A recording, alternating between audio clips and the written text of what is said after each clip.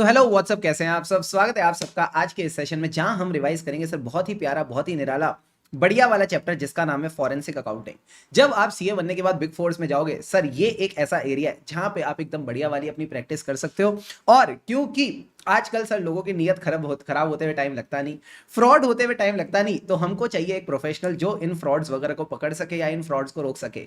यही काम होता है फॉरेंसिक अकाउंटेंट का, या तो फ्रॉड्स को प्रिवेंट करना या फ्रॉड्स को डिटेक्ट करना।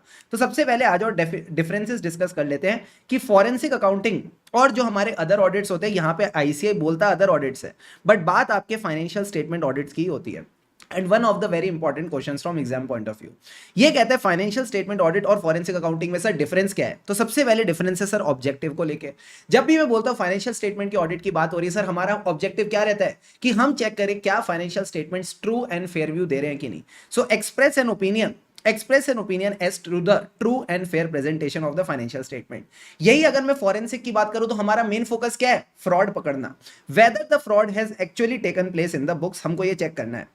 ये ऑब्जेक्टिव हो गया सर, ठीक है सर। फिर आएगा हमारे पास अगला पॉइंट जिसका नाम है टेक्निक्स। हम क्या टेक्निक्स यूज करेंगे, क्या प्रोसीजर यूज करेंगे। तो जब मैं ऑडिट की बात करता हूं तो यहां पे क्या यूज करते हैं, टेस्ट ऑफ कंट्रोल्स और सब्सटेंटिव ऑडिट प्रोसीजर टेस्टिंग के लिए। तो यहां हम क्या करते हैं, सब्सटेंटिव और कंप्लायंस। कंप्लायंस का मतलब है test of controls, sample basis पे काम करते हैं। बट जब मैं फ्रॉड पकड़ने जाऊंगा, क्या मैं सैंपल के पीछे भागूंगा या इन डेप्थ चेकिंग करेंगे सर, इन डेप्थ चेकिंग करेंगे। यहां हमारा फोकस इन्वेस्टिगेशन पे रहता है फ्रॉड पकड़ने में, सब्सटेंटिव और इन डेप्थ चेकिंग करके चलेंगे, ऊपर ऊपर से सैंपल बेसिस पे चीजों को नहीं देख सकते। अब सर जब मैं बात करूंगा पीरियड की, तो ऑडिट का पीरियड जनरली फाइनेंशियल स्टेटमेंट का पीरियड होता है, एनुअल बेसिस पे होता है अकाउंटिंग पीरियड। बट जब मैं फॉरेंसिक की बात करूंगा, ऐसी कोई लिमिटेशन नहीं है, जो एक फॉरेंसिक अकाउंटेंट को जरूरत लगती है उतना पीरियड वो कवर करके चल सकता है। अब सर एक बात बताओ, जब भी आप बात करते हो वेरिफिकेशन ऑफ स्टॉक, उसकी realisable value of the assets, provisions और लायबिलिटीज, इन सब चीजों में हम जनरली क्या करते हैं, हम मैनेजमेंट की रिप्रेजेंटेशन के हिसाब से जाते हैं, रिटर्न रिप्रेजेंटेशन के हिसाब से जाते हैं। So whatever is the return representation और return certificate from the management that we get as per ऐसे 580, हम उसके हिसाब से चल लेते हैं। बट जब बात होगी फॉरेंसिक की, सर मैनेजमेंट के भरोसे कुछ नहीं होगा, हमें तो मैनेजमेंट पे ही शक है, मैनेजमेंट ही चोर है। तो हम क्या करेंगे, इंडिपेंडेंट वेरीफाई करेंगे।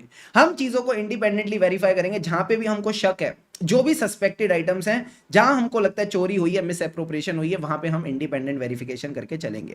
फिर sir of balance sheet items का क्या मतलब है, ऑफ बैलेंस शीट आइटम्स का मतलब है जो एग्रीमेंट्स होते हैं, जो भी कॉन्ट्रैक्ट्स होते हैं। तो ऑडिट में हम कॉन्ट्रैक्ट्स और एग्रीमेंट्स को किस लिए यूज करते हैं, टेस्ट ऑफ डिटेल्स। तो जब भी हमको वाउचिंग करनी होती है, यानी टेस्ट ऑफ डिटेल्स करनी होती है फॉर द एरिथमेटिकल एक्यूरेसी की परचेजेस कितने अमाउंट से हुई, तो हम क्या करते हैं, इनके कॉन्ट्रैक्ट्स और एग्रीमेंट्स देख लेते हैं। Yes sir. इसी तरह जब मैं बात करूंगा फॉरेंसिक की, तो फॉरेंसिक में हमारा फोकस होता है रेगुलेटरी और प्रोप्राइटी। ये रेगुलेटरी और प्रोप्राइटी आपके जाने पहचाने वर्ड्स है सर, क्यों, इनको आपने कंप्लायंस ऑडिट में पढ़ा था। जब आप पीएसयू ऑडिट पढ़ रहे थे तब मैंने आपको ये वर्ड्स पढ़ाए थे। रेगुलेटरी का मतलब होता है आपने देखना है कि क्या चीजें लॉज एंड रेगुलेशंस के हिसाब से हैं, क्या इन्होंने prevention of money laundering act के साथ कंप्लाई किया, फेमा के साथ कंप्लाई किया, कहीं इन्होंने यहां पे कोई मिस एप्रोप्रिएशन तो नहीं कर रखी। प्रोप्राइटी का मतलब होता है सर, दूसरे के पैसे को ऐसे यूज करो जैसे आपका खुद का पैसा है। तो कहीं एंटिटी के जो फंड्स हैं, उसका कुछ मिस यूज तो नहीं हो रहा। तो ये चीज हम प्रोप्राइटी में चेक करके चलते हैं। सो जब भी बात होगी फॉरेंसिक की, तो सर फॉरेंसिक के केस में ऑफ बैलेंस शीट आइटम्स को आप एक्यूरेसी और कंप्लायंस के लिए नहीं देखोगे, रेगुलेटरी और प्रोप्राइटी चेक करने के लिए देखी जाएगी। सर आप हमको इन चीजों पे तब फोकस क्यों करके चल रहे हो, बिकॉज दोस्तों वो टाइम गया जहां आपने सिर्फ हेडिंग याद करी और बोला ओ अब मजा आ जाएगा, अब आईसीए पूरे नंबर दे देगा। नहीं, एग्जामिनर आज की डेट में हेडिंग भी देखता है और अंदर की बातें भी देखता है, क्या आपने जो बात लिखी वो लॉजिकली ठीक लिखी या नहीं लिखी। ठीक है सर।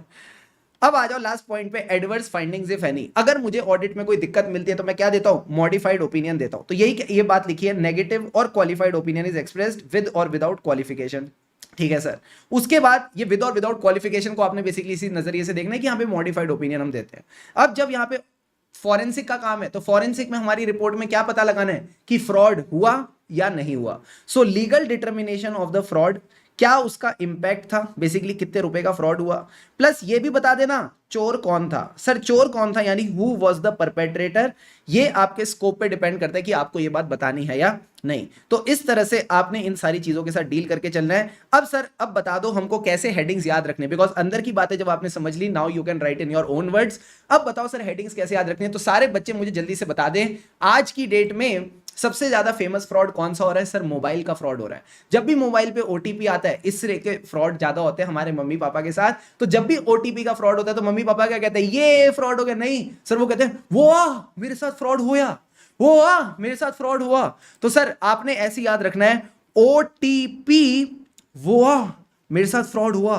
सर ओटीपी वो करके आप ये सारे के सारे पॉइंट्स याद रख सकते हैं। O for objective. ऑब्जेक्टिव का मतलब है ऑडिट में ट्रू एंड फेयर व्यू दे रहा है कि नहीं। जब मैं फॉरेंसिक की बात करूंगा तो चेक करना है कि फ्रॉड हुआ कि नहीं, whether the fraud has taken place in the books और नॉट। टेक्निक्स का मतलब है ऑडिट में हम करते हैं test of control, substantive procedure, वही आप सब्सटेंटिव और कंप्लायंस टेस्टिंग की बात कर सकते हो, और सैंपल बेस। जब मैं फॉरेंसिक की बात कर रहा हूं तो इन डेप्थ चेकिंग होगी, डिटेल में चेकिंग होगी, सब्सटेंटिव टेस्टिंग होगी। पीरियड का क्या मतलब है? हम ऑडिट में अकाउंटिंग पीरियड कवर करेंगे। जब मैं जाऊंगा फॉरेंसिक के पास, उसमें कोई लिमिटेशन है ही नहीं। Sir verification of stock, estimated realisable value of the assets, इसमें हम रिटर्न रिप्रेजेंटेशंस पे मोस्टली रिलाई करके चलते हैं। बट जब बात होगी फॉरेंसिक की तो इंडिपेंडेंट वेरिफिकेशन करनी पड़ेगी।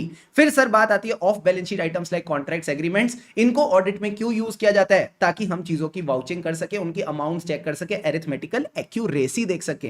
बट जब बात होती है फॉरेंसिक अकाउंटिंग की, हम उसमें वो दो प्यारे प्यारे शब्द जो पीएसयू ऑडिट से सीख के आए, कंप्लायंस ऑडिट से, रेगुलरिटी और प्रोप्राइटी देख के चलते हैं। और लास्ट में आता है सर हमारा फेवरेट, एडवर्स फाइंडिंग्स। जब भी ऑडिट में गड़बड़ मिलेगी तो मॉडिफाइड ओपिनियन देंगे। बट फॉरेंसिक में क्या बताएंगे कि क्या एक्चुअल में फ्रॉड हुआ तो कितने अमाउंट का हुआ और किसने किया, यानी legal determination of fraud and perpetrator पहचान के बताओ। ठीक है बॉस? ठीक है सर। अब आ जाओ फॉरेंसिक अकाउंटिंग की सर्विसेज की बात करते हैं। सुना है आईसीआई इस पे 5 नंबर का सवाल पूछने वाला है। क्या बात कर रहे हो सर? हाँ सर, आपको ऐसा क्यों लग रहा है आईसीआई इस पे 5 नंबर का क्वेश्चन पूछने वाला है? जब आप अपने क्वेश्चन बैंक पे आओगे तो आरटीपी नवंबर 22 में इस क्वेश्चन को पाओगे। Even I think study material में भी क्वेश्चन दे रखा है, what are the services rendered by forensic accountant. अच्छा हाँ, आईसीआई सिर्फ एक लाइन लिख के नहीं देगा, एक बड़ा सा पैराग्राफ देगा और उसके लास्ट में लाइन लिखी होगी क्या क्या सर्विसेज एक फॉरेंसिक अकाउंटेंट देता है। क्या आप ये सर्विसेज अच्छे से करना चाहते हैं? हाँ सर हम करना चाहते हैं। फटाफट इस चार्ट पे देखो। तो सबसे पहले जो भी मैनिपुलेशन शुरू होती है, जो भी फ्रॉड की चीजें शुरू होती है, वो किससे शुरू होती है? फाइनेंशियल स्टेटमेंट से। तो सारे बच्चे बोलेंगे फॉरेंसिक अकाउंटेंट की सर्विसेज क्या देखने के लिए पकड़नी है? सर हमको पकड़नी है कि क्या फाइनेंशियल स्टेटमेंट से मैनिपुलेशन हुई या नहीं हुई। अब सारे बच्चे दिल पे हाथ रख के बताना मुझे, बिना चीटिंग करे, ये जो मैनिपुलेशन होती है फाइनेंशियल स्टेटमेंट की, कौन सी पार्टी के साथ होती है? Sir related party. तो अगला पॉइंट इसमें यही है, आप सबका फेवरेट, रिलेटेड पार्टी। अब रिलेटेड पार्टी में दो चीजों को हमें फोकस करके चलना पड़ता है, जो भी इनकी ट्रांजैक्शंस हैं, जो भी इनकी वैल्यूएशन है। कम ऑन, जो भी इनकी ट्रांजैक्शंस है, जो भी इनकी वैल्यूएशंस हैं। सर वैल्यूएशंस मतलब related party transactions generally arms length price पे होनी चाहिए, ये आपको चेक करना होता है एज अ फॉरेंसिक अकाउंटेंट। अब जब आपने रिलेटेड पार्टी ट्रांजैक्शन पकड़ लिया और वैल्यूएशन पकड़ लिया, इसमें से दो पॉइंट निकलेंगे, एक ऊपर एक नीचे। ऊपर वाला पॉइंट क्या है? आपने as a forensic accountant value करना है। सर किसको वैल्यू करना है? कंपनी को क्या लॉस और डैमेज हुआ। Very good. अब रिलेटेड पार्टी ट्रांजैक्शंस कौन सी होती हैं? सर जिसमें एंटिटी के फंड्स को डाइवर्ट किया जाता है या एंटिटी के एसेट्स को भगाया जाता है। तो हम एज अ फॉरेंसिक अकाउंटेंट भी इसी एरिया में सर्विस देंगे कि क्या कोई फंड्स की डाइवर्जन हुई या एसेट्स अगर गए तो हम एसेट्स को ट्रेस करके चलेंगे। तो सारे के सारे बच्चे इधर देखो मेरे साथ, मुझे 4 एरियाज बताओ जहां पे फॉरेंसिक अकाउंटिंग की सर्विसेज है। फाइनेंशियल स्टेटमेंट मैनिपुलेशन किसके साथ? रिलेटेड पार्टी ट्रांजैक्शन और वैल्यूएशन। वैल्यूएशन किसकी? सर वो जो लॉस और डैमेज हुआ था। वेरी गुड, लॉस और डैमेज हुआ था। और रिलेटेड पार्टी ट्रांजैक्शंस में क्या होता है? सर फंड्स का डाइवर्जन होता है, एसेट्स की ट्रेसिंग होती है। अब जब आपने 4 पॉइंट्स कर लिए हैं तो मुझे बताओ फंड्स डाइवर्जन जो होता है इसको हम और क्या बोलते हैं? सर एक फेमस एक्ट भी है जिसका नाम है एमएल, मनी लॉन्ड्रिंग। तो अगला पॉइंट यही है, जो भी एंटी मनी लॉन्ड्रिंग चीजें होती हैं ये आपको अगर चेक करनी है एज अ फॉरेंसिक अकाउंटेंट, इसमें भी आपके काम आता है। अब जब आप पीएमएलए पढ़ ही रहे हो तो लॉ में आपने एक और एक्ट पढ़ा होगा, आईबीसी। आईबीसी में भी कुछ ऐसी सस्पिशियस ट्रांजैक्शंस होती है जो आप सेक्शन 43 में पढ़ते हो, प्रेफरेंशियल ट्रांजैक्शन। ये चीजों में भी फॉरेंसिक अकाउंटेंट की हम सर्विसेज ले सकते हैं। तो थ्रू दिस चार्ट कोई रट्टा लगाने की जरूरत नहीं है, लॉजिकली बस फ्लो में चलते जाना, अपने आप 5 से 6 बातें रिकॉल हो जाएंगी। लास्ट टाइम एक बार फटाफट इनको मैं आपको रिकॉल कराता हूं। सबसे पहले क्या होगी? फाइनेंशियल स्टेटमेंट की मैनिपुलेशन किसके साथ? रिलेटेड पार्टी ट्रांजैक्शंस और वैल्यूएशन। अब रिलेटेड पार्टी ट्रांजैक्शन और वैल्यूएशन से मिलते जुलते पॉइंट्स देखो। वैल्यूएशन ऑफ लॉस और डैमेज, ट्रांजैक्शन में fund diversion, asset tracing. Funds diversion वाली कौन सी और एक्टिविटी होती है? उसको कहते हैं money laundering. Anti money laundering services भी हम इससे ले सकते हैं। एंड लास्ट में इन ट्रांजैक्शंस को पकड़ने में भी हेल्प करता है हमारा कौन? Forensic accountant, suspicious transaction under IBC. Clear है बॉस? क्लियर है सर। अब वापिस एक बार अपनी किताब पे आ जाओ तो देखो क्या क्या पॉइंट्स लिखे हैं। सर सबसे पहले फाइनेंशियल स्टेटमेंट की मैनिपुलेशन किसके साथ, related party transaction valuation. Valuation से निकला अगला पॉइंट जिसमें हम बोलते हैं वैल्यूएशन ऑफ लॉस और डैमेज। ट्रांजैक्शन में क्या कर रहे थे, फंड की डाइवर्जन कर रहे थे, तो अगला पॉइंट ये आ गया आपका funds diversion asset tracing. Funds diversion वाले एक्ट को क्या कहते हैं, मनी लॉन्ड्रिंग एक्ट। तो एंटी मनी लॉन्ड्रिंग सर्विसेज भी आप इनसे ले सकते हो कि भाई हमारे कंपनी में कोई मनी लॉन्ड्रिंग ना हो, इसके लिए भी आप इनकी कंसल्टेंसी ले सकते हो। और लास्ट में suspicious transactions under IBC, IBC बोले तो insolvency and bankruptcy code. Last में एक पॉइंट और दे रखा है, इसको रीड कर लेना, क्या पता एमसीक्यू वगैरह में पूछ ले। Licence fees, dues, tax evasion, ये सब चीजें चेक कराने के लिए भी हम फॉरेंसिक अकाउंटेंट की सर्विसेज ले सकते हैं। अब सर नीड क्या है, ये तो सर्विसेज हो गई, बट ये सर्विसेज चाहिए क्यों, मैंने कहा दो चीजों के लिए, फ्रॉड प्रिवेंशन, फ्रॉड डिटेक्शन। ना ही सिर्फ फ्रॉड को डिटेक्ट करना है, इवन फ्रॉड को प्रिवेंट करने में भी हमारा जो फॉरेंसिक अकाउंटेंट है वो काम आता है। तो दो बातें ध्यान रखना, fraud prevention, fraud detection. Prevention का मतलब क्या है सर, जब एंटिटी के इंटरनल कंट्रोल्स अच्छे होंगे तो फ्रॉड होगा ही नहीं। तो यही कह रहे हैं, review the internal controls to see क्या इंटरनल कंट्रोल्स एडिक्वेट है। अगर नहीं है तो आप उनको कंसल्टेशन दे सकते हो कि कैसे एक अच्छा इंटरनल कंट्रोल को डेवलप और इंप्लीमेंट कराया जा सके एंटिटी के रिस्क प्रोफाइल के हिसाब से। ठीक है बॉस, ठीक है सर। डिटेक्शन का मतलब है आप फाइनेंशियल एविडेंस इकट्ठा करोगे, डिटेक्ट करोगे फ्रॉड हुआ कि नहीं, क्या कोई फंड्स की मिस एप्रोप्रिएशन हुई, उसको पकड़ के चलोगे। अब सर एक बात बताना, इस सब में हमारे काम जनरली आज की डेट में क्या आएगी, कंप्यूटर फॉरेंसिक्स। तो फ्रॉड प्रिवेंशन और डिटेक्शन के लिए हम यूज करेंगे कंप्यूटर। तो ये कहते हैं हम कहीं ना कहीं कंप्यूटराइज्ड एप्लीकेशंस यूज करेंगे which helps us in recovering, analysing and presenting the financial evidence. तो पहले एविडेंस को रिकवर करेंगे जो एविडेंस अवेलेबल नहीं है, फिर एविडेंस को एनालाइज करेंगे और फिर उसको प्रेजेंट करके चलेंगे। सर प्रेजेंट कहां करना है, मैंने कहा कोर्ट में। ये जो एविडेंस है इसको आप कोर्ट में प्रेजेंट करके चलोगे, इसी को प्यार से बोलते हैं प्रोवाइडिंग द एक्सपर्ट टेस्टिमनी। तो जब जज साहब, क्या बोल रहे हो सर, जब जज साहब पूछें हे फॉरेंसिक अकाउंटेंट चोर कौन है, तो आप बोलना सर मेरे एविडेंस के हिसाब से मुझे ये चोर लगता है, मुझे ये चोर लगता है। तो जब आप एविडेंस प्रेजेंट करोगे तो यही बात होती है, you will assist in the legal proceedings, testifying in the court as a expert witness. And कई बार आप विजुअल एड्स भी प्रोवाइड कर सकते हो। विजुअल एड्स का क्या मतलब है सर, आपने वीडियो बना ली चोर की चोरी करते हुए और उस वीडियो को आपने कोर्ट में प्रेजेंट कर दिया तो मजा आ जाएगा। तो 4 एरियाज बता दो जहां पे यू कैन से नीड है, हमारी नीड है for forensic accountant, fraud prevention, fraud detection. ये प्रिवेंशन और डिटेक्शन में आज की डेट में क्या काम आता है, कंप्यूटर, जिससे आप एविडेंस को पहले रिकवर करते हो, एनालाइज करते हो, एनालाइज करने के बाद सर क्या करते हैं, प्रेजेंट करते हैं कोर्ट में। Last point is testifying as expert witness. Clear है बॉस, क्लियर है सर। अब इसके बाद हमारे पास बहुत ही प्यारा टॉपिक आ जाता है, प्रोसेस ऑफ फॉरेंसिक अकाउंटिंग। सारे के सारे बच्चे पानी के 2 घूंट लगाएं और चैट बॉक्स में लिखें रेडी। चलो प्रोसेस के साथ शुरू करते हैं, बहुत इंपॉर्टेंट है, मजा आ जाएगा। इसी के ऊपर रिसेंट में एक क्वेश्चन आया था आपके एमटीपी May 24 में।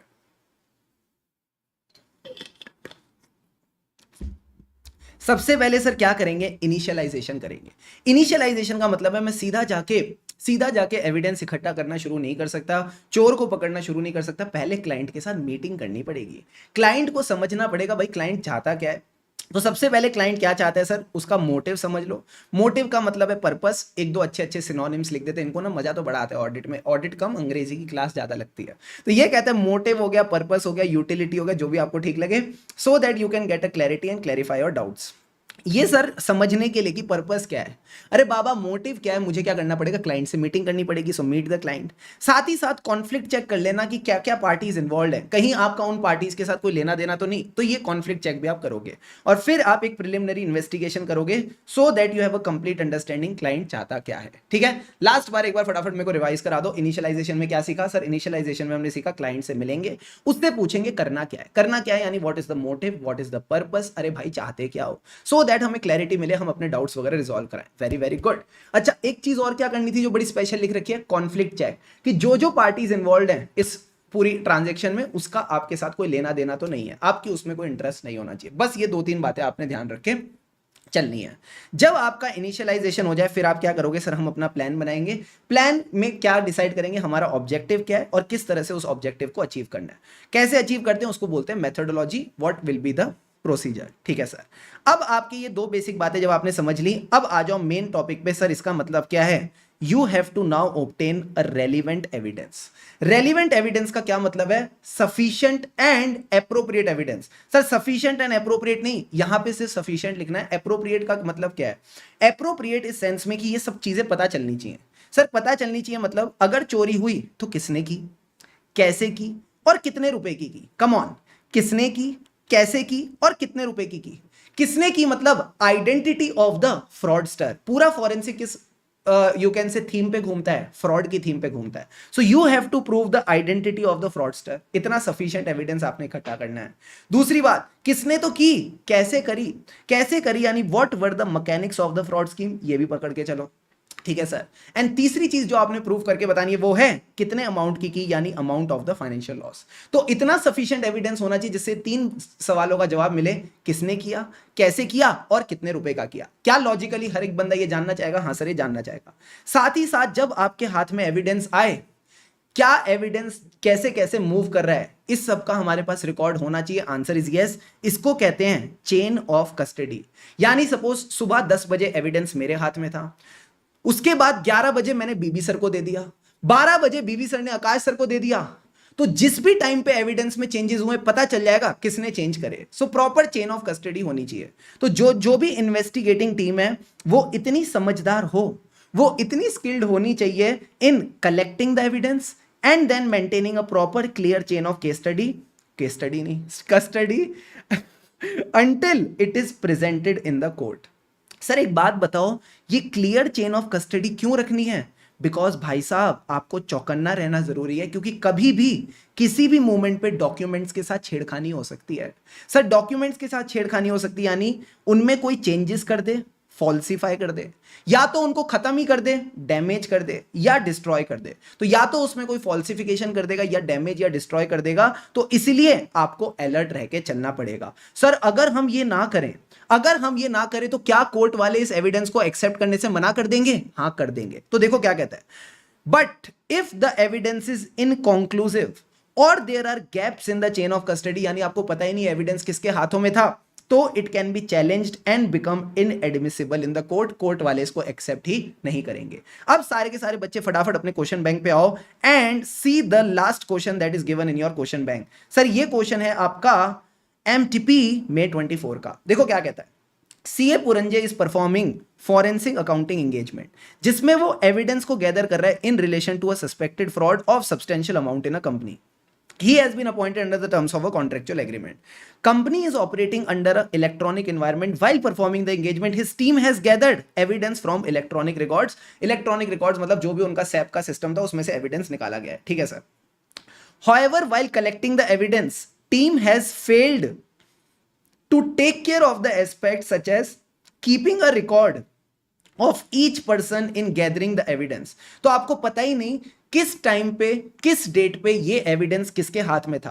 तो मुझे बताओ यहां पे दिक्कत किस में है? Sir there is a gap in the chain of custody. So what will be the implications on the engagement? तो सबसे पहले आपको बताओ, whenever they are collecting the evidence और whenever they are keeping a chain of custody, audit team skilled होनी चाहिए. तो देखो क्या कह रहे हैं, जो भी एविडेंस है that should be suitable in the court of law. तो इसके लिए क्या करें sir? Team should be skilled enough in collecting the evidence and keeping a clear chain of custody. अगर यहां पे गैप्स होंगे इन द चेन ऑफ कस्टडी तो कोर्ट इसको एक्सेप्ट नहीं करेगी. It will become inadmissible in the court, it can be challenged in the court. ठीक है सर. तो पहले आपने क्या बोला, कोर्ट में एडमिसिबल होना चाहिए एविडेंस. इसके लिए आपको प्रॉपर्ली कलेक्ट करना है, चेन ऑफ कस्टडी रखनी है. नहीं रखोगे तो कोर्ट वाले एक्सेप्ट नहीं करेंगे. फिर आपने फैक्ट्स ऑफ द केस के साथ रिलेट करके बोलना है that this may become inadmissible. मजा आया नहीं आया? आ गया सर. अब आओ मेरे साथ अगले वाले स्टेप पे चलते हैं. सर ये वाला स्टेप हमारा पूरा का पूरा कवर हो गया, chain of custody that is obtaining relevant evidence. अब आ जाओ नेक्स्ट स्टेप पे चलते हैं that is performing the analysis. ये भी आईसीए बार बार पूछता है कि क्या क्या एनालिसिस एक फॉरेंसिक अकाउंटेंट को करने पड़ते हैं. तो सर सबसे पहले बता दो क्या करना है.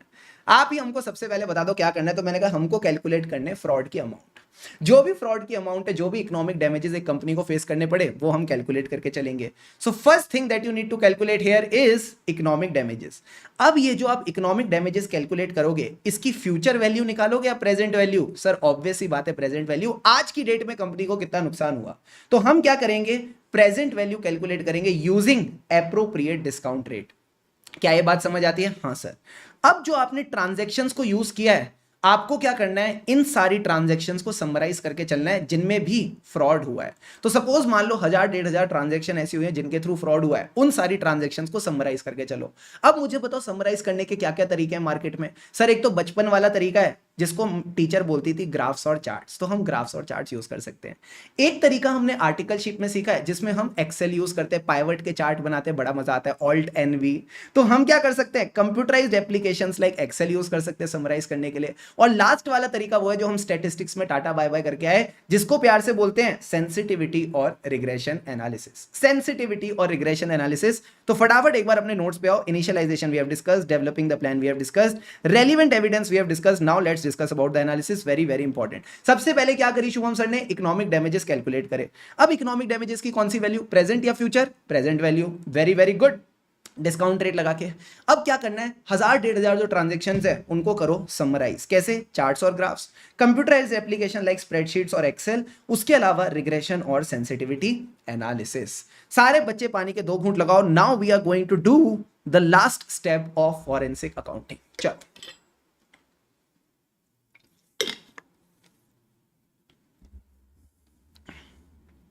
फाइनल स्टेप पे हम सब आ चुके हैं। इस स्टेप के बाद कोर्ट में जाएंगे और एविडेंस देके आ जाएंगे, रिपोर्ट देके आ जाएंगे। ठीक है सर। अब सर रिपोर्टिंग में क्या चाहते हो आप लोग, रिपोर्टिंग में क्या चाहते हो सर, वही चीज है जिसको लेके आपने एविडेंस इकट्ठा किया उसको रिपोर्ट कर दो। मतलब एविडेंस में आपने क्या प्रूव करना था, किसने किया, कैसे किया और कितने अमाउंट का किया, यही था। किसने किया, कैसे किया, कितने अमाउंट का किया। मैंने कहा हाँ, तो हमारी जो रिपोर्ट है वो भी ये इंफॉर्मेशन देगी डिटेलिंग द फ्रॉडलेंट एक्टिविटी। यानी आपको अपनी फाइंडिंग्स में बताना पड़ेगा योर एविडेंस एंड कंक्लूजन, जिसमें आप बताओगे कितने का फ्रॉड हुआ, किसने ये फ्रॉड किया। अब आप सोच रहे हो सर कैसे किया, तो बताया ही नहीं, कैसे किया बताया नहीं, वो बता देंगे। सो अमाउंट ऑफ लॉस और आइडेंटिटी ऑफ दोस इन्वॉल्वड इतना आप बता दो। सो आपने क्या करना है, information detailing the fraudulent activity, details बता दी फ्रॉडलेंट एक्टिविटी की, जिसमें आपके एविडेंस और कंक्लूजन क्या बता दें सर, वो बता दें amount of loss and identify those involved. ठीक है सर। अब सर आप पूछ रहे थे कैसे किया, कैसे किया के लिए हम इसकी फ्रॉडलेंट स्कीम एंड कौन से कंट्रोल्स की बैंड बजाई गई है, कौन से कंट्रोल्स को सरकमवेंट किया गया है, वो हम बता देंगे। सो fraudulent scheme and control circumvented बता देंगे। क्या ये बेसिक बातें रिपोर्ट में आनी चाहिए थी, सर डेफिनेटली आनी चाहिए थी। So the information detailing the fraudulent activity, details का मतलब है who did the fraud, amount of fraud and fraudulent scheme। तो पहले who और amount आपने बता दिया, अब आपने fraudulent scheme और control circumvented बता दिए। सर एक बात बताओ, जब आपने ये बता दिया कौन से कंट्रोल्स की बैंड बजी, हमको रिकमेंडेशंस भी तो देनी चाहिए। रिकमेंडेशन देंगे बट 4th और 5th पॉइंट्स के बाद, 4th और 5th पॉइंट के बाद 6ठे पॉइंट में रिकमेंड करेंगे कि कैसे हम कंट्रोल्स को इंप्रूव कर सकते हैं to prevent the future fraud. मजा आएगा, आएगा सर। बस इसमें 4th और 5th पॉइंट में दो चीजें डालनी है, एक बेसिक चीज, एक मसालेदार चीज।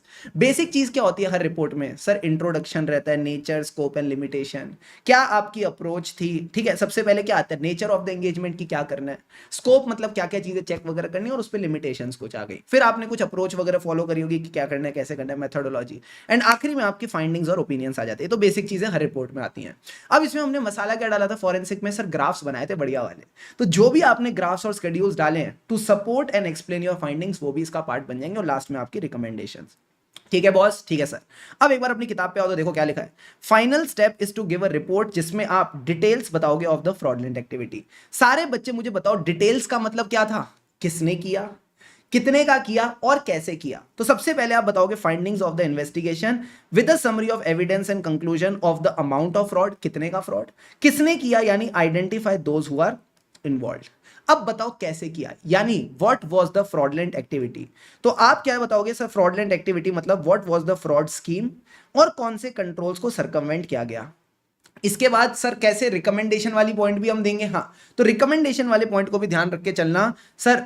likely that the investigating team will recommend the improvements to the controls within the organization to prevent any similar frauds occurring in the future। अब सर दो बेसिक चीज इसमें आएंगी हमारी, क्या, एक तो बेसिक चीज और एक मसालेदार चीज।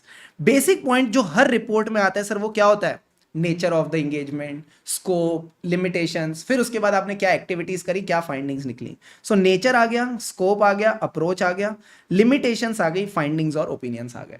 अब इसमें हमने मसाला क्या डाला था सर, बड़ा सिंपल था, जो भी आपने स्केड्यूल्स और ग्राफिक्स के ऊपर हमने बात करी थी टू एक्सप्लेन योर फाइंडिंग्स, वो आप इसका पार्ट बना सकते हो। सो अगर ऐसे देखने जाओगे तो सर लगेगा इतनी सारी थ्योरी कैसे दिमाग में डालेंगे, but trust me, if you go in a very logical approach, ये सारी की सारी बातें इजीली दिमाग में बैठ जाती हैं।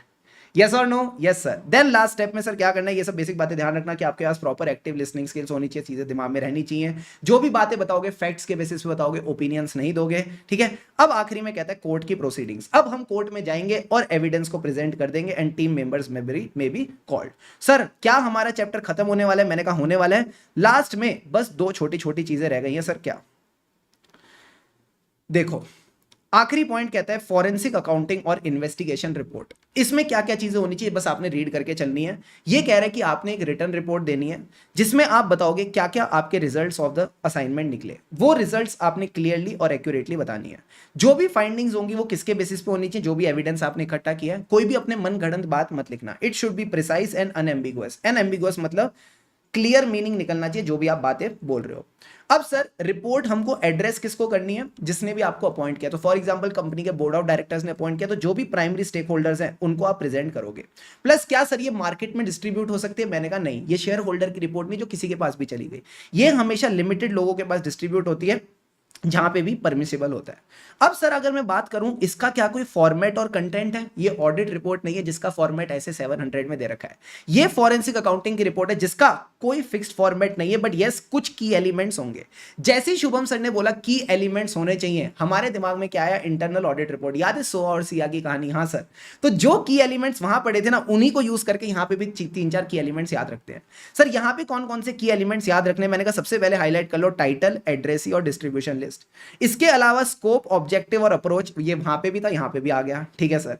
इसके अलावा हम बात कर सकते हैं क्या आपने कोई यूज ऑफ एक्सपर्ट किया, अगर किया तो उसके बारे में लिख लो।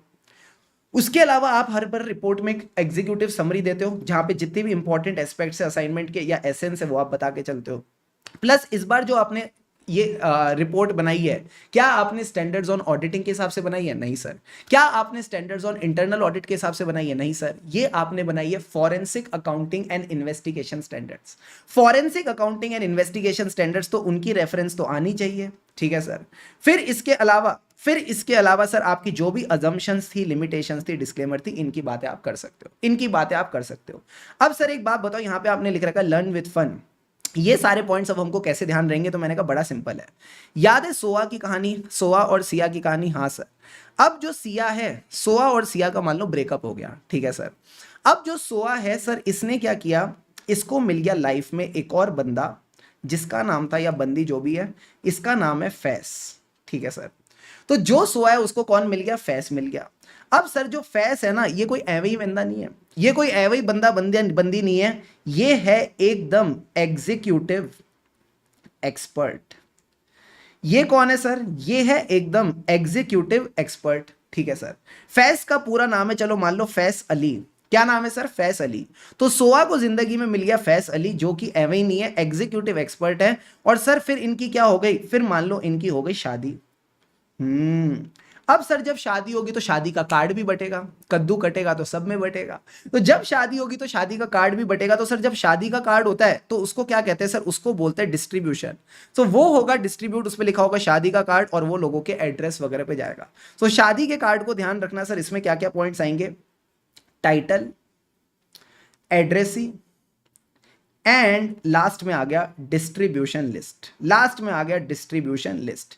तो जो आपको प्रॉब्लम आती है ना सर, सबकी रिपोर्टिंग तो सेम लग रही है, इसको कैसे ध्यान रखे भाई साहब? ये की एलिमेंट्स ऑफ रिपोर्ट आपके स्टडी मटेरियल में एकदम ऐसे ना झांक के खड़ा है, मुझे उठा लो एग्जाम के लिए, ठीक है, मुझे उठा लो क्वेश्चन पेपर में। तो इस पे आपके पास इजीली 4 से 5 नंबर का क्वेश्चन आ सकता है। तो सारे बच्चे मुझे बताओ सोआ का क्या मतलब था? Scope, objective and approach. तो ये आपके 2 पॉइंट्स हो गए, scope, objective of the assignment and approach of the assignment while doing the assignment, ठीक है सर। फिर सर फैस का मतलब हो गया forensic accounting and investigation standard. जो भी आपने काम किया वो forensic accounting and investigation standard के हिसाब से किया। अली का क्या मतलब है? Assumptions and limitation. तो assumption, limitations and disclaimers of the assignment, जो भी आप पे उन्होंने लिमिटेशंस लगाई वो सब आप रिपोर्ट करके चलोगे। फिर सर इसके बाद वो क्या था? एग्जीक्यूटिव एक्सपर्ट था। फैज अली एवं बंदा नहीं था, एग्जीक्यूटिव एक्सपर्ट था। एग्जीक्यूटिव एक्सपर्ट का मतलब है executive summary of the result, जो भी आप इंपॉर्टेंट बात है वो बता के चलोगे। एक्सपर्ट का मतलब है अगर आपने एक्सपर्ट को यूज किया तो उसको भी रेफरेंस देके चलना। एंड लास्ट में शादी का कार्ड क्या हुआ था? डिस्ट्रीब्यूट हो गया था among the people. So title, addressee and distribution list. तो मुझे लगता है 4-5 बातें इजीली आपकी इससे कवर हो जाएंगी। अब सर एक बात बताओ, क्या ड्राफ्ट रिपोर्ट को मुझे डिस्कस करना चाहिए? क्या ड्राफ्ट रिपोर्ट को मुझे डिस्कस करना चाहिए? सर किसके साथ डिस्कस करना चाहिए? जो चोर है, जो मुझे लगता है चोर है, उसके साथ डिस्कस करना चाहिए। देखो अगर आपके असाइनमेंट में ऐसा लिखा है कि आपको करना चाहिए तो आप कर सकते हो। Discussion of the findings with the subject party prior to the finalization of the report can be done, it can be included in the report। जहां mandate of the engagement में लिखा है, जहां आपके engagement letter में लिखा है, वहां आप ये चीज कर सकते हो। सर करनी क्यों चाहिए? Because principle of natural justice कहते हैं कि जिसको भी आप कसूरवार ठहरा रहे हो, जिस पे भी आप इल्जाम लगा रहे हो, उसको मौका मिलना चाहिए बोलने का, ठीक है सर। उसके साथ ऑब्जर्वेशन की डिस्कशन होनी चाहिए। अब सर ये कई केसेस में कौन कर सकते हैं? जो कंपनी के बोर्ड ऑफ डायरेक्टर्स है, प्राइमरी स्टेक होल्डर है, वो भी कर सकते हैं थ्रू देयर इंटरनल प्रोसेसेस। कई बार किसी प्रोफेशनल को भी आप रिक्वेस्ट कर सकते हो कि भाई आप ही डिस्कस कर लो इनके साथ, फिर हमको बता देना। जो भी रिस्पॉन्स आएगा चोर की तरफ से, फ्रॉड करने वाले की तरफ से, उसको आप अपने रिटर्न रिपोर्ट में इंक्लूड कर सकते हो। तो एक बार इन पॉइंट्स को गो थ्रू करना है। अब सर अजम्पशंस एंड लिमिटेशंस भी आप अपनी रिपोर्ट में लिखोगे, जो मैंने आपको अली वाला पॉइंट बताया था। Assumptions, limitations. लिमिटेशंस क्या हो सकती है? मैनेजमेंट सपोर्ट नहीं कर रही, हमको रिकॉर्ड्स का एक्सेस वगैरह नहीं दे रही। ये सारी बातें, ये जितने भी डिस्क्लेमर्स हैं आपके एलिमेंट ऑफ रिपोर्ट बनेंगे। याद रखना, आप कोई भी अपनी जजमेंट या ओपिनियन नहीं दे सकते। जो भी आपने एविडेंस इकट्ठा किया उसके बेसिस पे आप अपने फैक्ट्स अपनी रिपोर्ट में देके चलोगे। अब सर रिपोर्टिंग टाइमलाइन कोई दे रखी है? मैंने कहा नहीं, जो भी रीजनेबल टाइमलाइन आपने और सामने वाले क्लाइंट ने डिसाइड करी उसके हिसाब से आप अपनी रिपोर्ट दोगे। So you can have a reasonable time frame as per the engagement terms, उसके हिसाब से अपनी रिपोर्ट दे देना। जरूरत पड़े तो इंटरिम रिपोर्ट दे देना। That's all that you need to do. तो लास्ट में जो मैंने टॉपिक आपको पढ़ाया ना, forensic accounting and investigation report, इसके सारे पॉइंट्स को एक बार गो थ्रू कर लेना। अगर कल को कोई केस स्टडी बेस्ड क्वेश्चन आ गया, you should be able to deal with it. Plus जो की एलिमेंट्स ऑफ रिपोर्ट हैं इनको आप अच्छे से ध्यान रख के चलोगे। सो यहां आपकी फॉरेंसिक अकाउंटिंग की रिवीजन ऑलमोस्ट कवर हो जाती है। एक छोटा सा क्वेश्चन मैं आपको और कराना चाहता हूं, बिकॉज बाकी सारे क्वेश्चंस डायरेक्ट हैं आपके क्वेश्चन बैंक में। सर ये क्या क्वेश्चन दे रखा है? सारे के सारे बच्चे फटाफट एक बार इन नोट्स पे आओ तो आपको इजीली समझ आएगा। पानी के 2 घूंट लगाओ और चैट बॉक्स में लिखो रेडी। चलो ये आपका टेस्ट और अंडरस्टैंडिंग वाला क्वेश्चन है। Very very good question. सारे बच्चे समझना सर क्या हुआ। इस पूरी मूवी में मैं आपको भी एक छोटी सी मूवी दिखाऊंगा। इस मूवी में सर 3-4 किरदार हैं। एक है इंश्योरेंस कंपनी। इंश्योरेंस कंपनी ने इंश्योरेंस किसको दी है? एक्स लिमिटेड को दी है। एक्स लिमिटेड क्या करती है सर? ये फ्लोर कवरिंग बनाती है, जो कारपेट्स वगैरह होते हैं ना, कारपेट्स बनाती है। ये कारपेट्स किसको देती है? वेंडर को देती है। वेंडर आगे किसी 5 स्टार होटल को बेचता है। फिर से सर बताओ कौन कौन से किरदार है? एक इंश्योरेंस कंपनी हो गई, ये इंश्योरेंस किसको दे रही है? एक्स लिमिटेड जो कारपेट बनाती है, कारपेट वेंडर को देती है, वेंडर किसी 5 स्टार होटल को देता है। ठीक है सर, 5 स्टार होटल्स में कारपेट्स लगते हैं। अब सर होता क्या है, एक्स लिमिटेड को डर है कि इसके जो कारपेट हैं इससे लोगों को स्किन की बीमारी हो सकती है, कल को किसी को खुजली उजली हो गई तो दिक्कत हो जाएगी। ठीक है सर, और ऐसा हो गया। 5 स्टार होटल में जो गेस्ट आए थे उनको कुछ स्किन की बीमारी हो गई, तो इन्होंने क्या किया, ये वेंडर के पास गए कि भाई हमको स्किन की बीमारी हो गई, तुम हमको मुआवजा दो। वेंडर ने भी एक्स लिमिटेड से मुआवजा मांगा। अब एक्स लिमिटेड को कितने डैमेज पे करने पड़ रहे हैं सर? 5 करोड़ के डैमेज पे करने पड़ रहे हैं। अब एक्स लिमिटेड को इसके बारे में पता था कि जो इसके कारपेट है इससे कस्टमर को बीमारी हो सकती है, तो इसने भी 5 करोड़ के डैमेज पे करे। अब यही डैमेज के लिए इसने क्या ले रखी है? Product liability insurance. ये प्रोडक्ट लाइबिलिटी इंश्योरेंस किसके लिए ले रखी है? For the body injuries from the floor covering. अब ये जो इंश्योरेंस है इसमें क्लेम सीरीज क्लॉज है। क्लेम सीरीज का मतलब है किसी पर्टिकुलर रीजन की वजह से 2-3 क्लेम्स जो भी आएंगे उसको सिंगल क्लेम माना जाएगा। ठीक है, ये बेसिक बात आपको समझनी है। अब सर एक बात बताओ, हमारा रोल क्या है? आपको as a forensic accountant appoint किया है इंश्योरेंस कंपनी ने कि आप चेक करो क्या जो पॉलिसी के हिसाब से चीजें थी वैसा ही हुआ है कि नहीं, जो भी क्लेम एक्स लिमिटेड ने डाला वो क्लेम ठीक है कि नहीं। ठीक है सर, तो आप इन पॉलिसीज वगैरह की चीजों में क्या क्या चेक करोगे? मैंने कहा सबसे पहले तो मैं ये चेक करूंगा मैं सही आदमी हूं। मैं दूसरे आदमी को तो बाद में देखूंगा, पहले खुद को देखूंगा। सर खुद को क्या देखना है? As a forensic accountant I should be independent. मैं अपना कॉन्फ्लिक्ट चेक करके चलूंगा इन द इनिशियलाइजेशन प्रोसेस। ठीक है, I should be independent from the 5 star hotel, from the customers, from the vendor, X limited, सबसे मेरे को इंडिपेंडेंस देखनी। इतनी सारी पार्टीज इन्वॉल्व है। ठीक है सर, दूसरी बात, कितने सारे डॉक्यूमेंट्स आए होंगे ना, कस्टमर को बीमारी हुई तो वो डर्मेटोलॉजिस्ट के पास गया होगा तो वो सारे डॉक्यूमेंट्स आए होंगे। तो जितने भी डॉक्यूमेंट्स आए from the third party, hotel, vendor, customer, whatever, उन सब डॉक्यूमेंट्स को चेक करूंगा। उस डॉक्यूमेंट के बेसिस पे मुझे 2 बातें चेक करनी है सर। क्या? क्या लाइबिलिटी आई और किस दिन लाइबिलिटी आई। सर ये डेट से फर्क क्या पड़ता है, बिकॉज जिस दिन लाइबिलिटी आना शुरू हुई एक पर्टिकुलर रीजन के हिसाब से वो क्लेम सीरीज क्लॉज में कवर हो जाएगा। क्या बोला सर, जिस दिन लाइबिलिटी आई पर्टिकुलर रीजन की वजह से उस दिन से जितनी भी क्लेम्स आएंगे वो सारे क्लेम सीरीज क्लॉज में जाएंगे और एक क्लेम माना जाएगा। तो सपोज मान लो पहली लाइबिलिटी 1 जून को आई, दूसरी लाइबिलिटी 3 जून को आई, तीसरी लाइबिलिटी 5 जून को आई, तो 1 से 5 जून तक जितने भी क्लेम्स आए हैं सबको हम एक क्लेम मान के चलते हैं, इसलिए डेट ऑफ लॉस देखना जरूरी है। तो पहले मैं खुद को देखूंगा, I am independent from the parties, फिर डॉक्यूमेंट्स मंगाऊंगा, उससे देखूंगा डेट ऑफ लाइबिलिटी और लाइबिलिटी। अब लाइबिलिटी दो तरह की हो सकती है, पैसे वाली और रेप्यूटेशन वाली, तो रेप्यूटेशन और लीगल लाइबिलिटीज आप कंसिडर करके चलोगे। तो यही आपके इस पूरे क्वेश्चन में दे रखा था, यही 5 पॉइंट्स आपको इसमें कवर करके चलने हैं। सर पहले तो अपनी इंडिपेंडेंस देखो because lot of parties are involve. Second thing that you need to see is since many documents are required, तो उन डॉक्यूमेंट्स को ले लेंगे फ्रॉम द थर्ड पार्टी। अब उन डॉक्यूमेंट से सर क्या देखना है, मैंने कहा 2 चीजें देखनी है, date of liability, date of loss is very important because जब पहला क्लेम हुआ वहीं से क्लेम सीरीज क्लॉज शुरू हो जाएगा और उसको हम एक क्लेम मान लेंगे। ठीक है sir. And next thing is legal liability, कि quantify the legal liability which can be challenging but you should do as per the policy का terms and condition. And last में जो कंपनी को रेप्यूटेशन लॉस हुआ है उसको भी आप कंसीडर करके चलोगे, and that again can involve some complexities. Got it और not? Yes sir. So last में एक छोटा सा सुविचार आपके साथ डिस्कस करेंगे सर। क्या, what is the secret, what is the secret of getting the things done sir? एक ही तरीका है जिससे चीजें होती हैं सर, करने से। कहीं ना कहीं जब हम चीजें करते हैं तभी चीजें होती हैं, और जब चीजें होती हैं ना तब असली मजा आ जाता है कि यार yes we have done it right. So I really hope आपको फॉरेंसिक अकाउंटिंग की जो प्यार भरी मेरी बढ़िया वाली रिवीजन थी उसको देख के मजा आ गया। बस इसी तरह आपने एकदम कूलली कामली इस चैप्टर के साथ डील करना है, and trust me you will be able to score very very good marks and become chartered accountant and make yourself and your parents proud. लगे रहो मित्रों, लगे रहो। अभी तक अगर वीडियो को लाइक नहीं किया तो do like it, and yes stay subscribe to the channel for more such videos. खुशी से पढ़ेंगे तभी आगे बढ़ेंगे।